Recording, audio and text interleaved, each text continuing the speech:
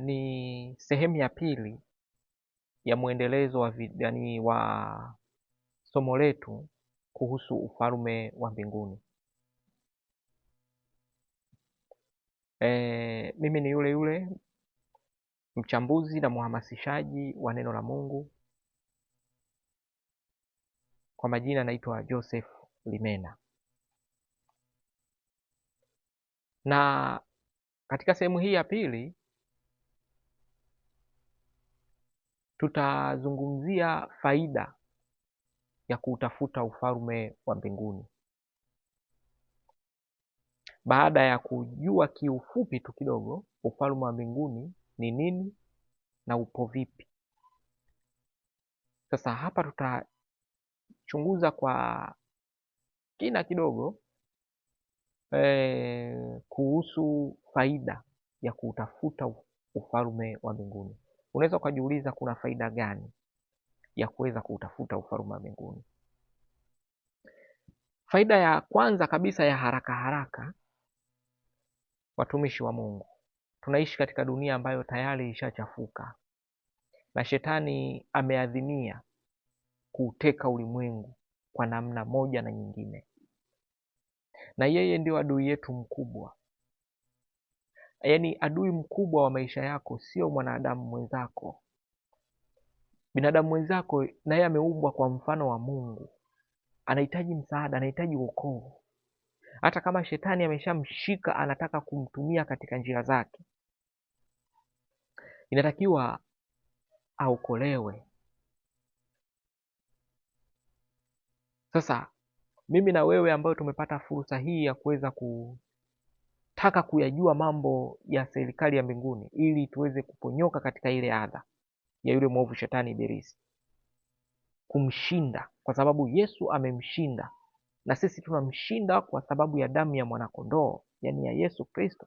Ushindi wetu unapatikana kwa msingi huo, kwa sababu yeye amemshinda na sisi tuna kibali cha kumshinda, kwa sababu ametupa mamlaka ya kukanyaga nyoka na nge na nguvu zote za yule adui ambaye ni shetani. Ametupa mamlaka ya kumshinda. Tutamshinda vipi? Lazima tuweze kupata kujua mambo kadha wa kadha. Shetani yupo katika ulimwengu wa kiroho, lazima tujifunze masuala ya ulimwengu wa kiroho ili tukutane naye huko huko, kwa sababu Waswahili wanasema aliyeko juu mfate, si ndio? Kwa sababu ukisema usimfate huko huko juu, ukisema umsubiri hapa chini, atakusumbua sana. Kwa hiyo na sisi tunaingia katika ulimwengu wa kiroho kujifunza mambo ya ulimwengu wa kiroho ili tuweze kukutana naye huko huko, ili kushindana naye, kwa sababu neno la Mungu linasema kwamba hatukosi kuzijua mbinu zake. Sasa tutazijuaje mbinu zake?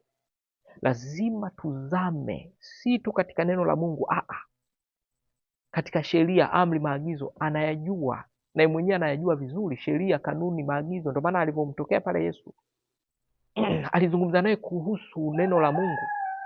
Analijua vizuri sana shetani. Ina maana shetani tunaweza kumshinda tukiongeza katika neno la Mungu, tukiongeza habari kuhusu ufalme wa mbinguni, tukiongeza kipengele hicho, tukiwa na neno la Mungu afu tukiwa tuna habari kuhusu ufalme wa mbinguni, tutampiga vizuri tu na atatukimbia. Lakini bila ya hivyo, kwa hakika, kwa neno la Mungu peke yake, hata wana wa Israeli hawakuweza kufanikiwa kumwabudu vyema Mungu. Hata wanafunzi wa Yesu hakuweza kuhimili siku ile Yesu alivyokamatwa, japokuwa alikuwa na neno la Mungu zaidi. Na ndio maana ninawaletea somo hili ili liweze kwenda kuwa ni fursa ya ukombozi wa Wakristo, kuwafungua akili kujua alama za nyakati, ili tusaidie. Sasa kuna faida nyingi sana za kujua ufalme wa mbinguni, kwa sababu kuna mambo mengi sana yamefichwa katika ulimwengu wa kiroho. Na tuangalie kwanza neno ili tusimalize radha yote. neno linasemaje? Tuangalie katika kitabu cha Mathayo sura ya 6 mstari wa 33. Tuangalie neno la Mungu linachosema, tupate picha na uelewa kwa kina. Tukiangalia kitabu cha Mathayo sura ya 6 mstari wa 33, kama tulivyosema, Mathayo 6:33, 6 mstari wa 33, imeandikwa kwamba bali utafuteni kwanza ufalme wake na haki yake, na hayo yote mtazidishiwa. Hapa kuna historia fulani Yesu alikuwa anawafundisha watu. Kuna mafundisho fulani alikuwa anawafundisha, lakini katika kufundisha kwake akahusianisha kwamba utafuteni kwanza ufalme wa mbinguni na haki yake, na hayo yote mtazidishiwa. Watumishi wa Mungu, hilo sio neno tudogo au neno jepesi jepesi lililopatwa kuzungumzwa na Yesu. Hapana, hilo neno ni zito. Utafuteni kwanza ufalme wa mbinguni na haki zake. Yaani katika serikali ya mbinguni ina haki zake za kufuata. Yaani ukifuata hivyo vitu, yaani ukifuata hizo taratibu za ufalme wa mbinguni, kanuni za ufalme wa mbinguni, utaratibu, maagizo ya ufalme wa mbinguni, yaani ukifuata vizuri, ukiutafuta afu ukiupata kujua kanuni hizo na ukazitumia, yaani hivi vitu vingine vyote vya kimwili utaongezewa tu. Amini hivyo, kwa sababu yaani tunajua kabisa jambo lolote katika ulimwengu huu, hata kipindi ulivyokuwa unaumba ulimwengu, vitu vyote vilivyokuja kuwapo vilikuwapo kutoka katika matamko ya Mungu. Mungu yuko mbinguni, si ndio? Au yupo katika ulimwengu wa kiroho? Kwa sababu tukisema yuko mbinguni ina maana kwamba hapa hayupo. Yupo katika ulimwengu wa kiroho. Ina maana yeye yupo katika yani pahali popote uwepo wake, nguvu zake zipo, kwa sababu neno linasema jicho lake hutembea huku na huku duniani kote ili kuwatafuta watu wake. Ina maana yeye yuko anatazama kila eneo, lakini katika habari ya duniani hapa alikuwa anatamka katika ulimwengu wa kiroho, vitu vinaonekana katika ulimwengu wa kimwili. Inamaanisha hata leo hii, yaani vitu vyote unavyoviona katika macho ya nyama kwamba vimekuwa hapo, ujue chanzo chake kimetokea katika ulimwengu wa kiroho, iwe ni wa giza au wa nuru, lakini vimetokea katika ulimwengu wa kiroho. Wabunifu wengi, watengenezaji wengi wa vitu mbalimbali, idea hizo wanazitoa katika ulimwengu wa kiroho. Wanaoteshwa ndoto, katika namna yote ile, lakini katika ulimwengu wa kiroho, haijalishi wa nuru au wa giza, vitu hivyo vinapata kuelekezwa na wanavifanyia kazi na vinakuja kudhihirika mawazo, kutoka katika mawazo ya watu yaliyokuja katika ndoto au kwa namna yote ile, lakini yalianzia chimbukizi lake ulimwengu wa kiroho, katika ulimwengu usioonekana kwa macho. Inamaanisha kwamba tukiutafuta ufalme wa mbinguni na tukizijua haki zake, kanuni zake, mipangilio yake, utawala wake, serikali yake, madaraka jinsi yalivyo, kuna faida kubwa sana. Hutateswa na mchawi, hutateswa na nguvu yoyote ya giza. Shetani hata kusumbua wewe, kwa sababu akikutazama tu anakujua huyu ni nani. Utafuteni ufalme wa mbinguni na haki zake, yaani na jinsi unavyojienendesha. Ndiyo somo letu hili, mfululizo wa video zote hizi. usiache kufuatilia.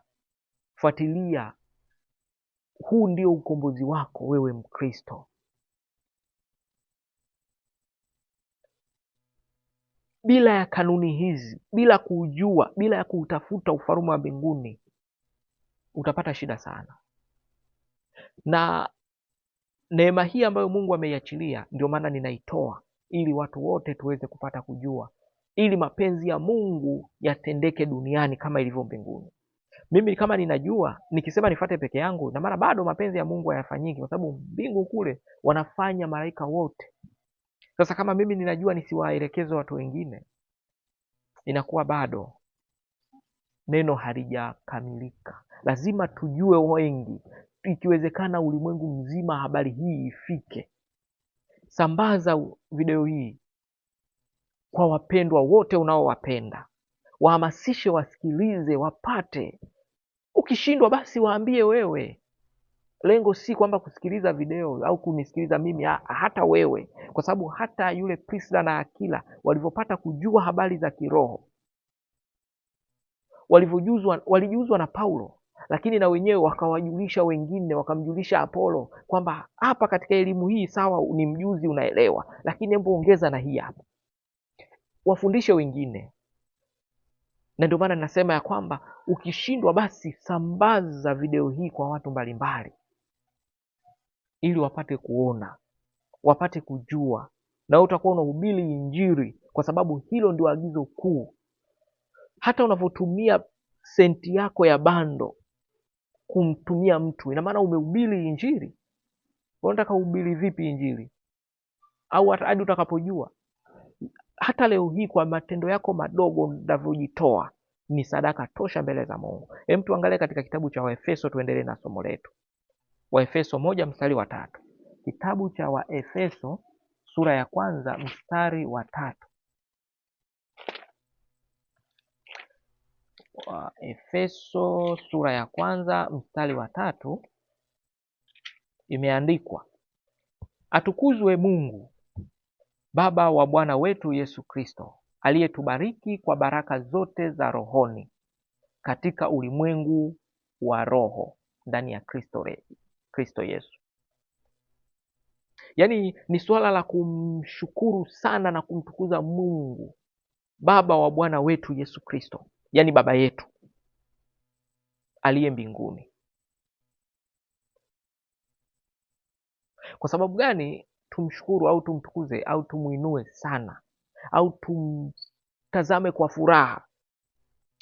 Sababu mojawapo ya kwamba ametuandalia baraka zote za kiroho, zipo katika ulimwengu wa kiroho. Yaani tulisema mwanzo kwamba chochote kile unachoweza kukipata, yaani roho yako kupata jambo lolote katika uhalisia wa maisha yako, baraka hizo zipo katika ulimwengu wa kiroho. Unaweza ukauliza kwa namna gani? Ukiangalia katika kitabu cha Yeremia sura ya 1 mstari wa 5 au wa 7, inasema ya kwamba nalikutambua ukingali katika tumbo la mama yako, nilikufanya kuwa nabii wa mataifa. Yaani Yeremia Mungu alimjua akingali, na alishamwandalia baraka yake mapema, ipo katika ulimwengu wa kiroho. Ina maana anakuwa baraka yake ipo hadi anafikia umri wa kuipokea. Alivyochukua hatua na kujienendesha vizuri kuiactivate ile baraka yake ili aipokee kweli, akaipokea. Unaweza ukauliza namna gani? Au unaweza ukasema kwa kuwa Mungu alikuwa ameshapanga ndio maana imetokea. Hapana. Mtazame Yona. Yona alikuwa ameshaandaliwa pia na yeye kama nabii. Kwa muktadha huo, ina maana na yeye alikuwa ameshaandaliwa baraka yake kuwa nabii. Lakini je, alichukua hatua gani kipindi kilipofika? Si alikimbia? Ina maana wewe unaweza ukaikimbia baraka yako. Sio kwamba Yeremia kwa kuwa ndo alishaandaliwa kwamba alijienendesha katika misingi na alikubali kutumika, au alijienendesha katika njia au katika mapenzi ya Mungu ambayo yalifanya ile baraka yake iactivate katika maisha yake halisi. Ina maana alijua kanuni za kufuata ili apokee baraka zake. Na ndio maana video hii itakueleza mfululizo huu, utakueleza namna ya kuactivate baraka zako zilizo katika ulimwengu wa kiroho, kwa sababu neno limeshatuambia kwamba baraka zetu zote zipo katika ulimwengu wa kiroho. Zipo, haijalishi tushazipoteza au tushazichelewesha zile za zamani, lakini kuna uwezekano wa kuupdate. Mungu ni mwaminifu, ni mwenye huruma, mwenye upendo ulio mwingi, mshikamanifu na nguvu. Hana upendeleo kwa yoyote na wala hakubali rushwa. Ina maana kama amekuandalia, hata kama ulikuwa umeshakosea ndio maana akaona aache, lakini ukijitiisha mbele yake, ukitubu na ukionyesha rehema ya kweli na ukamtafuta, kwa hakika atakuupdate. Baraka zako zitakuwa mpya katika maisha yako na zitakuwa bora zaidi, kwa sababu umetubu. Kuna watu wengi sana hawatubu licha wanajua ya kwamba inawapasa kutubu. Kwa maana hiyo,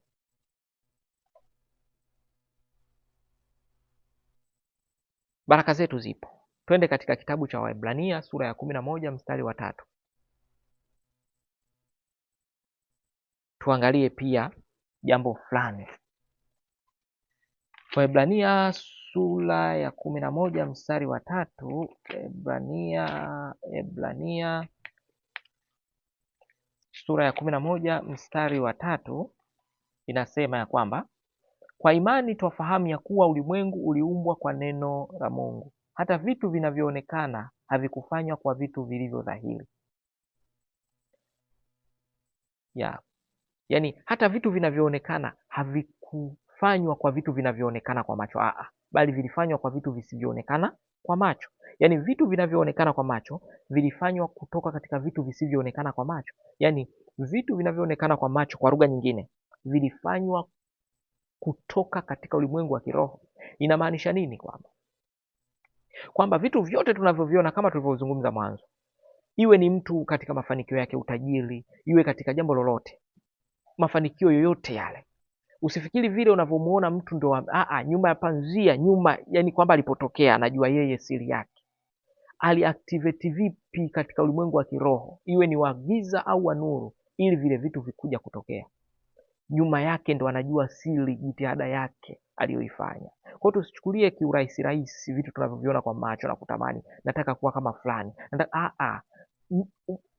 Kuna mchakato aliyoufanya kuactivate baraka zake, na ndio maana leo hii watu wanatoa sadaka, makafara ya makubwa kila mwaka ili kuactivate baraka zao. Katika kitabu cha Hosea inasema, taifa langu linaangamia kwa kukosa maarifa. Taifa langu linaangamizwa kwa kukosa maarifa. Hafurahishwi Mungu anavyosema hivyo, kwa sababu anajua maarifa yapo, lakini watu hawapo tayari kuyafuata. Kama hivi tunafundisha vitu vilivyo wazi kabisa, neno la Mungu, lakini watu bado wanataka kushikilia mapokeo yao, mapokeo waliozoea kufundishwa, waliokalilishwa wakiwa wadogo hadi wanapokuwa. Hawataki kusikiliza neno la Mungu, wanataka kusikiliza mapokeo ya watu fulani. Hili ni neno la Mungu. Pokea uishi, pokea uokolewe, pokea ufanikiwe. Na huu ni mwisho wa video yetu ya pili, au sehemu yetu ya pili. Na sehemu ya tatu tutaenda kuzungumzia, je, utaupataje ufalme wa mbinguni? Yaani michakato au namna ya kupata ufalme wa mbinguni utaupataje? Tutaenda kuzungumzia katika video inayofuata. Ubarikiwe.